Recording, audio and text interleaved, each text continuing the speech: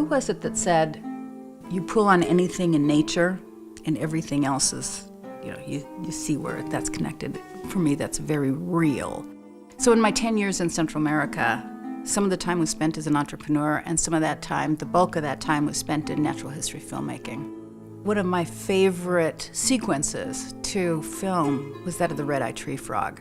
And during the monsoon season, when the forest would fill up with pools, we'd go in under the cloak of darkness, of course, because that's when the breeding happens, and that's when every creature comes out. And the frogs descend out of the canopy. Not just the red-eye tree frogs. They're just the most visible, I guess. But every other species that lives in the canopy, and they all take their turns coming down into the water and laying their eggs. Well, during that time, everybody else is taking advantage of the fact that there's all these frogs. The cacophony that's there is unreal. We developed a sign language because you couldn't speak. It was so loud that you couldn't communicate verbally. And we were knee-deep, waist-deep in these mucky pools.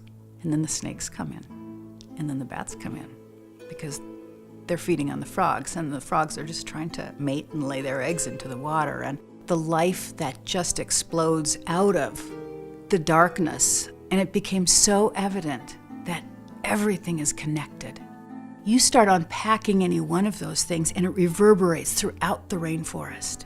Everything touches everything. One species depends on the other, and we're part of that. We're part of that web.